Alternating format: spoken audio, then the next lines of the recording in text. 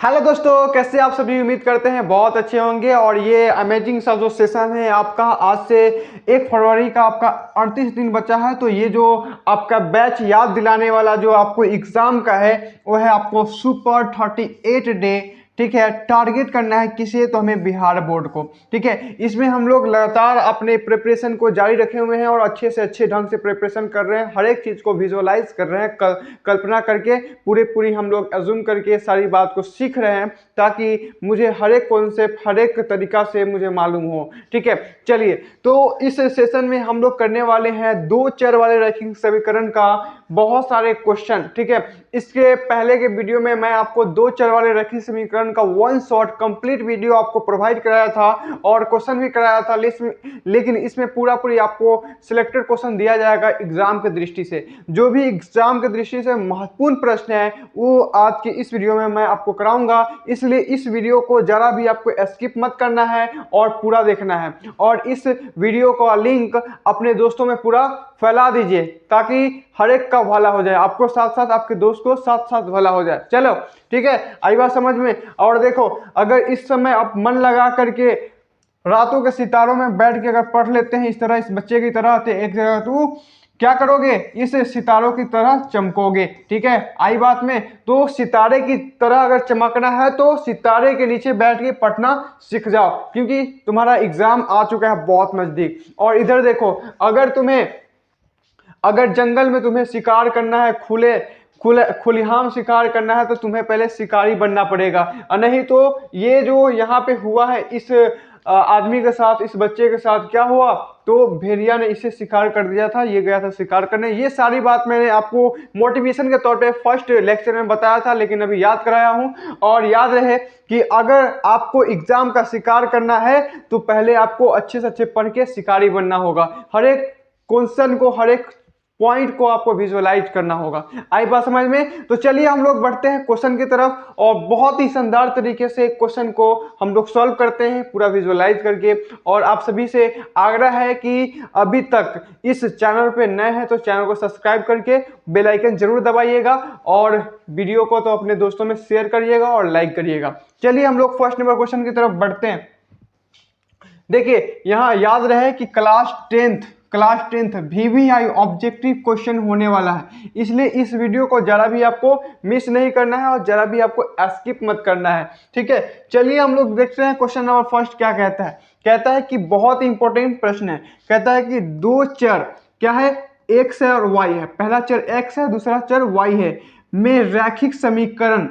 ये क्या कह रहा है कि ax plus by plus c equal to में 0 के वास्तविक संख्याओं के क्या है आगे, समुच्चय में कितने हल होंगे।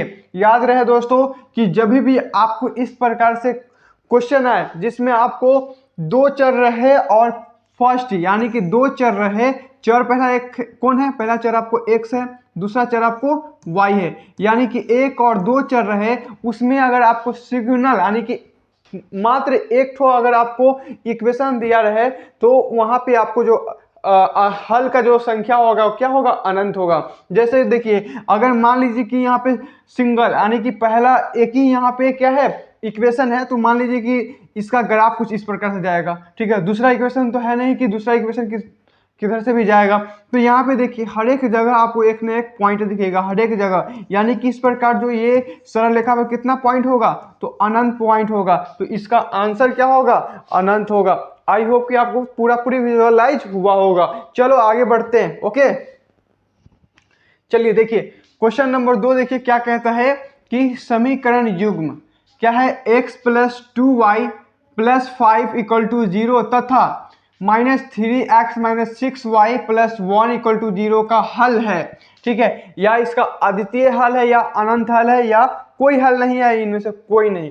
क्या होगा, इसके लिए आपको एक मैंने बात बताया था फर्स्ट लेक्चर में। ठीक है, इसका फर्स्ट लेक्चर में, अगर उस वीडियो को अगर अभी तक नहीं देखे हैं तो इस वीडियो के डिस्क्रिप्शन में आपको लिंक दिया हुआ है, उसको जा करके देखिएगा। ठीक है, इस वीडियो के बाद देखिए वहां पे मैंने आपको बताया था कि एक कॉन्सेप्ट होता है आपका A1 बटा A2, B1 बटा B2 और C1 बटा C2, ये सब क्या है, अचर है। अब देखो A1 यानी कि अगर समीकरण में देखेंगे, फर्स्ट समीकरण यहाँ पे x है, तो जो x का जो गुणांक होता है ना, वो क्या होता है, A1 होता है, ठीक है। और यहाँ पे जो सेकेंड इक्वेशन में जो x का गुणांक होता है ना, वो A2 होता है, ठीक है। इस सब बात मैं आपको बता चुका हूँ। तो यहाँ पे जब हम उतारेंगे क्या मिलेगा, 1/-3 मिलेगा, 1/-3 हुआ।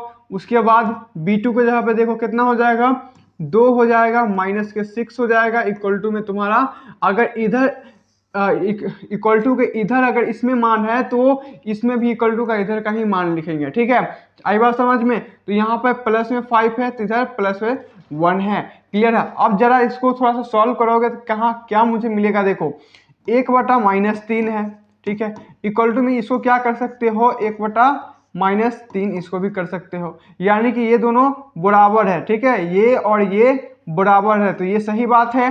तो सही बात, आगे बढ़ेंगे। अब देखो यहाँ पे 1/5, ये सही बात, 5/1 है ना, 5/1 ये सही बात है क्या, तो 5/1 ये सही बात नहीं है, ठीक है। यानी कि यहाँ पे जब कट जाता है तो इसका आंसर क्या होता है, कोई हल नहीं, कोई हल नहीं। तो option number C is right, ठीक है। चलिए आगे बढ़ जाते हैं।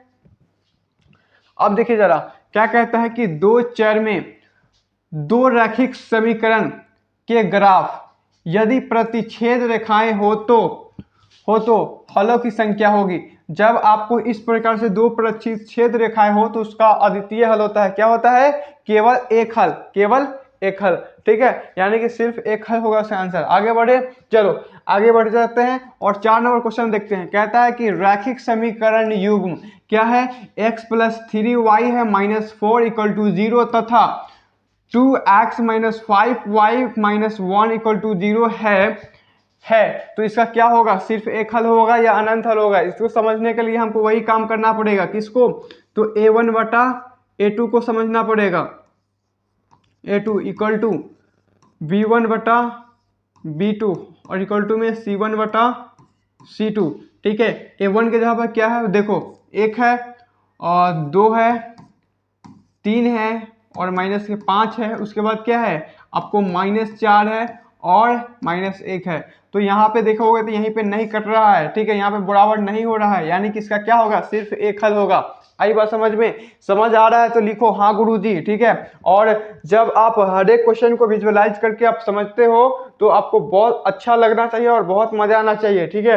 अगर मजा आ रहा है तो लिखो हाँ गुरुजी, समझ आ रहा है, बहुत अच्छा लग रहा है, ठीक है। चलो आगे देखो, यदि दो चर में दो रैखिक समीकरण के हल अनंत हो तो उसका आलेख होगा। अब देखो जब भी अनंत हल का जब सिचुएशन आता है तो मान लो कि इस प्रकार से कोई एक सरल रेखा जा रहा होता है और इसी पर जब एक और सरल रेखा रिपीट हो जाता है, ठीक है, तो उसको क्या बोलते हैं हम लोग, अनंत रेखा, अनंत बोलते हैं। तो इस प्रकार का रेखा को क्या नाम बोलते हैं, तो बोलते हैं हम लोग पहला है ऑप्शन समांतर। समांतर होता नहीं, क्योंकि समांतर कुछ इस प्रकार से होता है। प्रतिच्छेद कह रहा था, प्रतिच्छेद तो एक दूसरे को काटता है। संपाति क्या होता है, संपाति इस प्रकार को रेखा को कहते हैं। तो option number C is right. आई बात समझ में, आगे बढ़ जाए, ठीक है। चलो समझ आ रहा है तो बोलो हाँ गुरुजी, ठीक है, समझ आ रहा है। क्वेश्चन नंबर 6 देखो क्या कहता है कि के किस मान के लिए समीकरण निकाय x + 2y = 5 तथा 5x + ky = 15 के अनंत हल होंगे। अब देखो यहाँ पे इसको समझने के लिए पहले से वही काम हमको करना होगा। A1/A2 इक्वल टू में B1/B2 इक्वल टू में क्या होगा, C1/C2, ठीक है। अब देखो इसको जब समझोगे तो क्या मिलेगा तुम्हें, 1/5 मिलेगा, 2 के जगह पे तो कुछ नहीं लिखते हैं अभी, चलो 15 सॉरी यहाँ पे 3 है ना, मिट जा भाई। देखो यहाँ पे क्या है, 3 है तो 3 लिखेंगे और इक्वल टू के इधर का मान ले रहा है तो उधर का भी इक्वल टू को उधर का मान ही लेंगे, ठीक है, 15 हो जाएगा। अब देखो क्या कह रहा था कि कितना हल होना चाहिए, अनंत हल होना चाहिए, यानी कि यहाँ पे बराबर होना चाहिए। यानी कि अगर यहाँ पे 10 लिख देते हैं तो ये हो जाएगा 1/5 हो जाएगा और यहाँ पे तुम्हारा बराबर नहीं होगा, ठीक है। तो 10 हो जाएगा, इसका आंसर कितना हो जाएगा, 10 हो जाएगा। आई बात समझ में। चलो आगे बढ़ते हैं। अब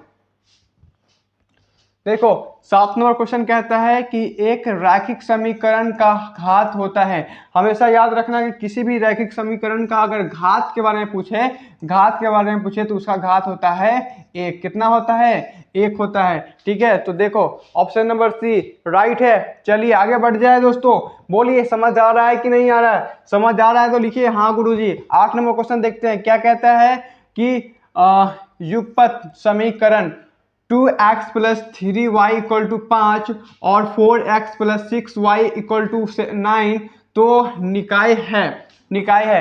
अब किसका है? तो असंगत का है या अद्वितीय हल का है? तो उसके लिए हमको समझना पड़ेगा उसी बात को। किसको? तो इस कॉन्सेप्ट को a1 बट्टा a2 को, ठीक है, b1 बटा b2 को और C1 बटा C2 को। देखो आपके एग्जाम की दृष्टि से यह बहुत ही अहम पॉइंट है, इसलिए थोड़ा भी स्किप मत करिए और पूरा हर एक क्वेश्चन को एक एक करके समझिए। ठीक है, यहाँ पे क्या हो जाएगा तुम्हारा 2 बट्टा क्या हो जाएगा 4 हो जाएगा, इक्वल टू में क्या हो जाएगा 3 बट्टा आपका 6 होगा, उसके बाद आपको 5 बटा 9 होगा।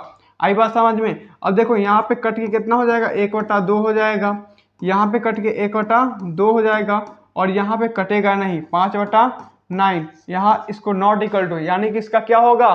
तो आपको असंगत होगा, यानी कि कोई हल नहीं। ठीक है, option number A is right. चलिए आई बात समझ में, आगे बढ़ जाए।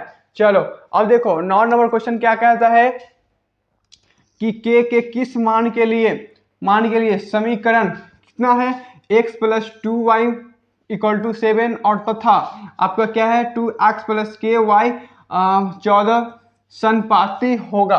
संपाती के लिए कह रहा है। ठीक है, अब के का मान कितना डालेंगे कि इसका आंसर संपाती हो जाएगा।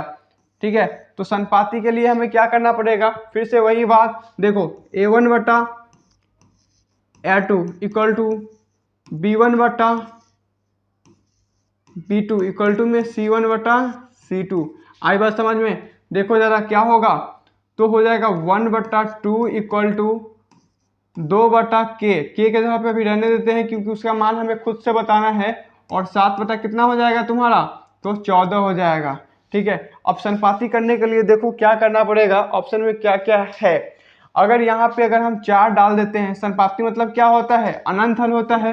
ठीक है, तो एक दूसरे पर क्या होना चाहिए? रेखा रिपीट होना चाहिए। क्या होना चाहिए? इस प्रकार से रिपीट होना चाहिए। ठीक है, तो इसके लिए अनंत यहाँ पे अगर देखेंगे तो 1/2 हो जाएगा, ये कटेगा 1/2 हो जाएगा और ये कटेगा 1/2 हो जाएगा। ठीक है, यानी कि ऑप्शन नंबर सी हो जाएगा इस आंसर। ठीक है, ये हो जाएगा इसका करेक्ट आंसर। आई बात समझ में? तो 9 नंबर क्वेश्चन इस प्रकार से हम लोग पूरा विजुअलाइज कर चुके हैं। चलिए आगे बढ़ते हैं, आगे हम लोग देखते हैं 10 नंबर। बहुत ही शानदार, बोलो समझ आ रहा है कि नहीं आ रहा? समझ आ रहा है तो लिखो हाँ गुरुजी, और इस वीडियो को अपने दोस्तों में पूरा शेयर कर दो। ठीक है, मेरा थोड़ा तबीयत ठीक नहीं है तो भी मैं आपको पढ़ा रहा हूँ, इसलिए मेरा मोटिवेशन के लिए आपको थोड़ा सा काम करना चाहिए। अपने ध्यान से तो पढ़िए अपने बातों को, अपने क्लासों को। ठीक है, और अपने दोस्तों में भी इसको शेयर करिए। ठीक है, चलिए लिखता है कि समीकरण 3x minus Y equal to में 5 तथा 6y plus 6x plus 2y equal to के। तो के का कौन हल होगा जिसमें, तो यानी कि कोई हल ना हो तो के का मान क्या होगा? देखो इसके समझने के लिए भी वही काम करना पड़ेगा। एक जगह पे कितना हो जाएगा? a1 की जगह पे 3 हो जाएगा तुम्हारा, यहाँ पे 6 हो जाएगा, और देखो यहाँ पे तुम्हारा माइनस के 1 है, माइनस के 2 हो जाएगा, और यहाँ पे तुम्हारा 5 है। अब के जगह पे कितना होगा कि कोई हल ना हो? देखो यहाँ पे याद रखो कि 6 बटा यहाँ पे अगर कम करेंगे काटेंगे तो कितना हो जाएगा? 1/2 हो जाएगा। यहाँ पे काटेंगे ये तो 1/2 हो जाएगा पॉजिटिव में। अब देखो यहाँ पे अगर हम 10 रख देते हैं तो ये फिर क्या हो जाएगा? अनंत हल हो जाएगा, यानी कि 10 कभी भी नहीं होगा, यानी कि K not equal to 10। Option number C होगा।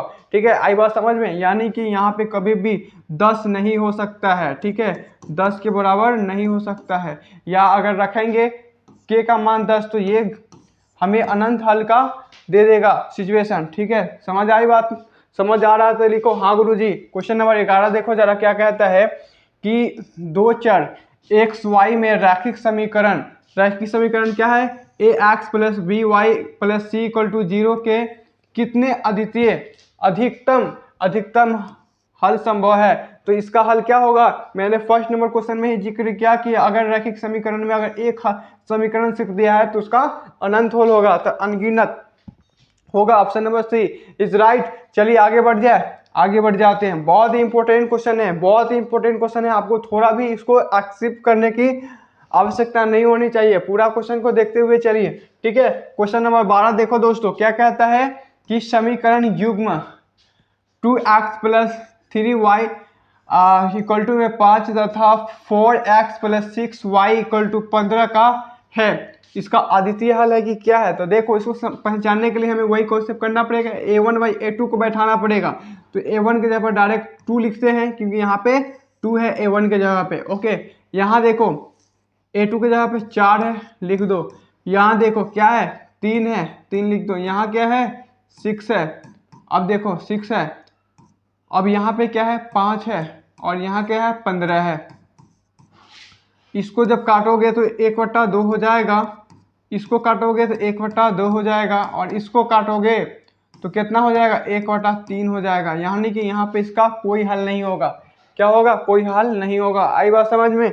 चलो, समझ आ रहा है तो लिखो हाँ गुरुजी, ठीक है, समझ आ रहा है आपकी बात। ओके, क्वेश्चन नंबर 13 देखो, क्या कहता है कि यदि रैखिक समीकरण का युग्म असंगत है, क्या है, असंगत है, यानी कि कोई हल नहीं है, तो उसकी निरूपित करने वाली रेखाएं कैसी होगी। देखो असंगत मतलब क्या होता है, अनंत हल। अनंत हल का रेखाएं क्या होता है, एक दूसरे से क्या होता है, संपाती होता है। क्या होता है, समांतर होता है, सॉरी समांतर होता है, यानी कि हर एक जगह समान दूरी, ठीक है, तो उसको हम लोग समांतर कहते हैं। तो ऑप्शन नंबर ए हो जाएगा, इज राइट, ठीक है। चलो आगे बढ़ते हैं हम लोग। क्वेश्चन नंबर 14 देखो, क्या कहता है कि 2x plus 3y equal to 11 और 2x plus 4y equal to -24 के हल है। इसको हमें x और y का मान निकालना है। बहुत ही इंपॉर्टेंट क्वेश्चन है। आपको इस क्वेश्चन को बनाने के लिए आपको इक्वेशन को सॉल्व करने आना चाहिए। अब इक्वेशन को सॉल्व करने का कई विधि होते हैं, जैसे ग्राफी विधि होते हैं, तो यहाँ पे ग्राफी विधि तो लगाएंगे नहीं। एक और विधि होता है जिससे वैल्यू निकलता है x और y का, वो होता है प्रतिस्थापन विधि और वर्ग गुणन विधि और विलोपन विधि। तो यहाँ पे हम किस विधि से बनाएं, आप कमेंट करके बताइए। लेकिन यहाँ पे अभी फिलहाल हम वर्ग गुणन क्या, विलोपन से बना देते हैं, ठीक है। आप और भी विधि से बना सकते हैं, सबसे आपका आंसर सेम ही आएगा, ठीक है। चलो क्या है, इक्वेशन कहता है कि 2x plus 3y equal to 11, ठीक है। दूसरा इक्वेशन है 2x minus 4y equal to में -24, कितना है, -24। ओके, अब वह विलोपन विधि में क्या कहते हैं कि एक को विलुप्त करते हैं। तो इसमें अगर x को विलुप्त करना है तो देखो, अगर यहाँ पे माइनस करते हैं, सब्ट्रैक्शन करते हैं, तो यहाँ पे प्लस है तो माइनस हो जाएगा, यहाँ माइनस है तो प्लस हो जाएगा, और यहाँ माइनस है तो प्लस हो जाएगा। अब ये दोनों कट जाएगा। अब देखो प्लस के 3 और प्लस के 4 कितना हो जाएगा, 4 3 7, यानी कि 7y हो जाएगा। अब इधर देखो प्लस के 11 और प्लस के 24 कितना हो जाएगा तुम्हारा, तो हो जाएगा 35, हो जाएगा प्लस में 35। तो यहाँ पे तुम्हारा y इक्वल टू क्या हो जाएगा, 7 बचे 35, यानी कि 5 हो जाएगा। तो y इक्वल टू तुम्हारा कितना आया, 5 आया, ठीक है। तो यहाँ से तुम्हारा y का वैल्यू निकल चुका है, ये पहला आंसर तुम्हारा हो गया।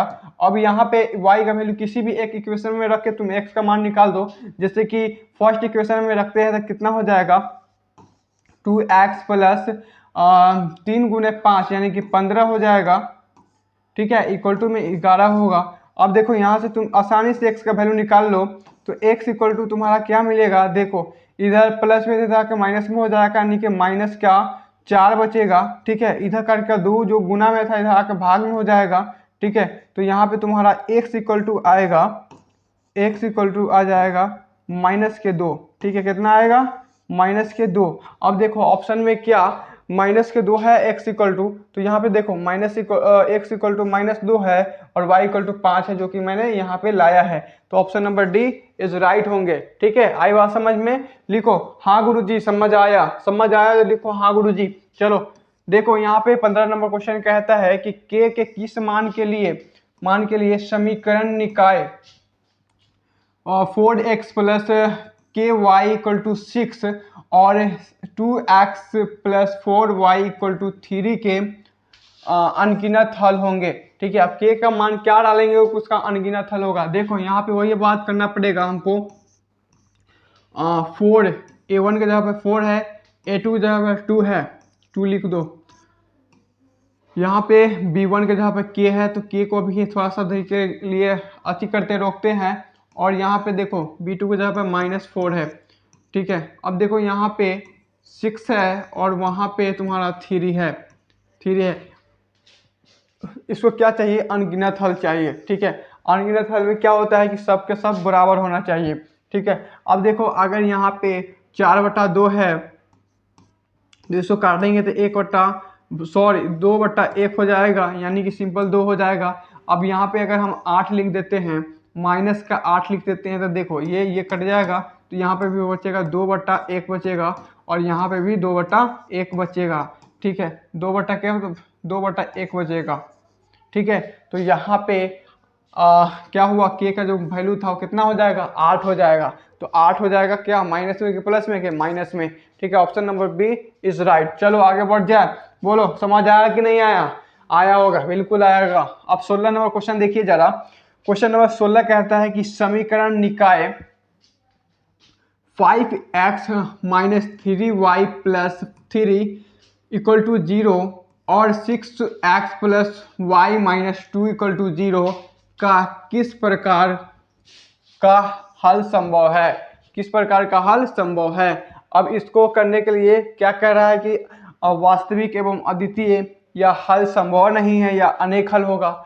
अब करने के लिए क्या करना होगा? वही चीज़ A1/A2। ठीक है, तो इसको हम लोग डायरेक्ट करते हैं क्योंकि बहुत बारे इतना बार रिपीट किए हैं कि आप तो खुद समझदार हो गए होंगे। तो लिख सकते हैं हम लोग 5 क्या हो जाएगा? A1 की जगह 5 है, A2 की जगह पर 6 है, 6 लिख लो। यहाँ क्या है? तो -3 है और यहाँ क्या है? यहाँ पे ना, यहाँ पे +1 है। अब आगे देखो तो यहाँ पे क्या है? +2 है और यहाँ क्या है? -2 है। अब इसको जब देखोगे तो तुम्हें पता चलेगा कि यहीं पे बराबर नहीं हो रहा है। ठीक है, तो अद्वितीय हल होगा। ठीक है, अद्वितीय हल होगा, वास्तविक एवं अद्वितीय हल होगा। आई बात समझ में? चलिए आगे बढ़ जाते हैं। आगे देखिए क्वेश्चन नंबर 17 क्या कहता है कि समीकरण निकाय 2x + ay = 1 और 3x प्लस माइनस है ना -5y7 का अचर a है, किस मान के लिए अद्वितीय हल होगा? तो इसमें जो a है ना अचर, इसका मान बताना है हमें कि किस मान में इसका अद्वितीय हल होगा, यानी कि केवल एक हल होगा। तो देखो यहाँ पे लिख सकते हो 2/3 लिख सकते हो और एक जगह पे कुछ नहीं है तो नीचे में -5 और उधर क्या हो जाएगा? 1/2। अब अद्वितीय हल चाहते हो तो देखो यहाँ पे अगर तुम माइनस के 10/3 रख देते हो तो इसका अनंत हल संभव हो जाएगा या फिर कोई हल नहीं होगा, इसलिए इसका आंसर जो होगा बी होगा। ठीक है, आई समझ में? बात समझ आया तो लिखो कि हाँ समझ आया, नहीं आया तो बोलो कि मुझे फिर से बताइए। ठीक है, अभी हम लोग देखते हैं कि क्वेश्चन नंबर 18 कैसे बनेगा। कहता है कि समीकरण निकाय a1x + b1y और प्लस में c1 = 0 और दूसरा समीकरण तुम्हारा a2x + b2y + c2 + 0 का अद्वितीय हल होंगे। कब होंगे? जब तुम्हारे a1/a2 not equal to b1/b2। ठीक है, तो ये होना चाहिए। ये सब तुम्हारा क्या होगा? गलत होगा फीचर, क्योंकि मैं पहले से बता रहा हूँ कि ये अद्वितीय हल तभी संभव होता है, अद्वितीय हल तभी संभव होता है जब तुम्हारा पहली जगह पे नॉट इक्वल टू हो जाए। ठीक है, यानी कि पहला ही जो अंक होता है a1/a2 और b1/b2 वो बराबर नहीं होना चाहिए। ठीक है, आई समझ में? चलो आगे बढ़ जाते हैं। क्वेश्चन नंबर 19 देखेंगे क्या कहता है कि समीकरण x + 2y = 9 में यदि x = 5 हो तो y का मान क्या होगा?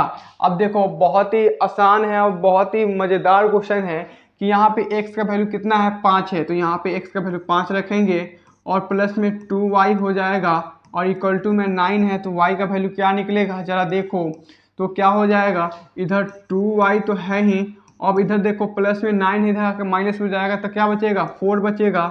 अब देखो y इक्वल टू तुम डायरेक्ट लिख सकते हो, इधर गुना में इधर आकर भाग, यानी कि y इक्वल टू 2 हो जाएगा। इज करेक्ट आंसर, तो option number B is right. Okay, चलिए हम लोग अगला क्वेश्चन को देखते हैं। अगला क्वेश्चन 20 नंबर क्या कहता है, कहता है कि जब दो चर वाले समीकरण का आलेख संपाती हो, संपाती मतलब क्या होता है, एक दूसरे पे रिपीट हो, ठीक है, रिपीट हो, इस प्रकार से हो, संपाती हो, तो अब उनके हल होंगे, तो उनके हल कितना होंगे, अनगिनत होंगे। जब भी एक दूसरे पर एक सरल रेखा इस प्रकार से है, ठीक है, इस प्रकार से हो, और दूसरा सरल रेखा इसी पर पूरा दम समान पे हो, तो उसको हम लोग अनंत हल में रखते हैं। तो आई होप कि आपको इस प्रकार से पूरे 20 क्वेश्चन समझ आ गए होंगे, पूरा विजुअलाइज हुआ होगा। तो जो अपना जो क्लास चल रहा है, पूरा जो सेशन चल रहा है, इसमें जो टारगेट है अपना क्या है, तो टारगेट है आपका बिहार बोर्ड का, किसका, तो बिहार बोर्ड का। इसमें हम लोग का आज 38 दिन बचा हुआ है, जो कि आपका 1 फरवरी है, लेकिन आपका एग्जाम तो 14 फरवरी से है। लेकिन उसके बाद मैं अभी और मज़ेदार से आपको तैयारी कराऊंगा, क्योंकि आपको अधिक से अधिक मार्क्स गेन कर सके अपने बोर्ड एग्जाम में, ठीक है। तो इस प्रकार से आप लोग बहुत ही अच्छे ढंग से इस वीडियो को पूरा किए। आप सभी को बहुत बहुत बधाई हो, ठीक है। और अपने दोस्तों में इस वीडियो को शेयर करते रहिए, और इस वीडियो को अभी तक लाइक नहीं किए तो लाइक करके जाइए, और चैनल को सब्सक्राइब करिए, क्योंकि मैं जो भी वीडियो डालूंगा उसका नोटिफिकेशन आपको टाइम टू टाइम जाएगा, ठीक है दोस्तों। तो मिलते हैं नए वीडियो में नए टॉपिक के साथ। जय हिंद, जय भारत।